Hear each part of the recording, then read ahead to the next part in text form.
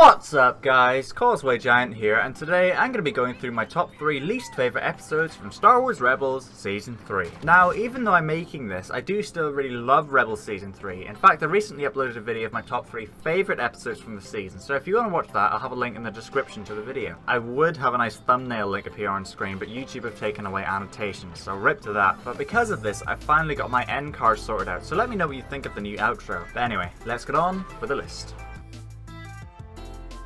See, the thing with this season of Rebels being my favourite means that there are not really any episodes that I openly dislike. However, there are 1 or 2, well, 3 to be exact. I mean, this is a top 3 list, exceptions to this, one of which being the Wan Kanafi job, or however you pronounce it. The main problem I have with this episode is the characters. Now, don't get me wrong, I really like Hondo in the Clone Wars. I thought he was a really daring and skilled pirate, being able to accomplish incredible things like capturing Count friggin' Dooku and Anakin and Obi-Wan, and he looked very intimidating. You know, he really sealed the weak way race as stereotypically pirates. Therefore, I was really glad to hear that they were bringing him back in Rebels, but he's almost a completely different person. All of that cool, battle-hardened pirate is transformed into a sleazy, cowardly, frail man who's disliked by most, and it's pretty hopeless really. I actually now see him as the Jar Jar of Rebels, which is something I never thought I'd say. And in this episode, once again, he's nearly costing the whole Ghost Crew their lives through his own selfish actions, which would be cool, but the way he lies about it and is so cowardly really just makes him pretty cringy for me. I don't really like Morrigan either. Like, I get that kind of sleazy, repulsive character is what they're going for to build on piracy in Star Wars, but having 2 very similar, cowardly, dislikable characters in the same episode just had the complete opposite effect on me, and just made me dislike the episode. Now, this episode wasn't all bad. I thought it brought a few new interesting things for the show, mainly the listenership. I thought the design of it was quite cool, like a modified light cruiser with infiltrating armaments. I thought it was a really interesting concept, as submarines were widely used in World War II as listening vehicles, and the Empire were originally modelled after the Nazis, so I thought it was a really cool new ship design to bring into the Imperial Navy. However, Josh Gad is one of my least favourite actors ever, so after I heard that he was cast for the Imperial officer on the listening ship, I was like, oh. And that was a real major distraction for me the whole way through the episode. Like, I was watching it going, damn, that's a pretty cool shit. Oh, it's Josh Gad in Star Wars, yay. And his performance was pretty generic, I thought. Like, it was a great idea to make him very tech savvy and intelligent, showing that the Empire aren't just a bunch of Admiral Constantines, but they didn't really roll with it, and he just ended up being another wooden, boring character that gets blown up. But oh my, the end of the episode with AP5 singing? Why?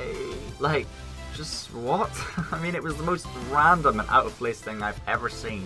A droid, not even just a droid, AP5, one of the most by the books droids that there is, singing like Frank Sinatra. You know what? I'm not even going to dwell on it, I'm just going to move on.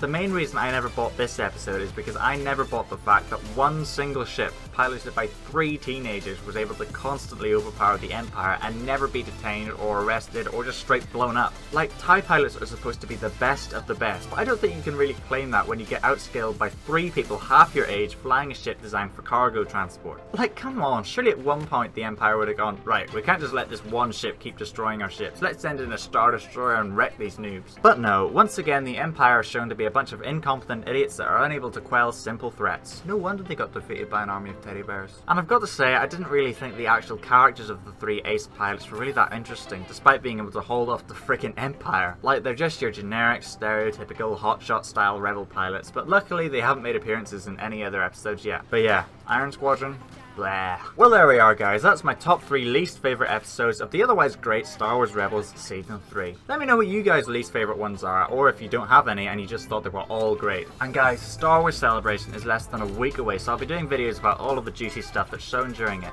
Man, the Battlefront 2, Rebels Season 4, and Last Jedi trailers all being shown, oh my gosh, I am so hyped. Also, just a heads up, my friend Niall, who you might recognise from the Rogue One predictions video we did way back in December, is making a special 3-parter series on the channel where he shows how he would rewrite the prequels to make them better. So stay tuned for that, because he put a lot of effort into it and I think he did a pretty good job. But anyway, as usual, remember, if you like, then please hit that subscribe button and I'll see you later. Causeway Giant out.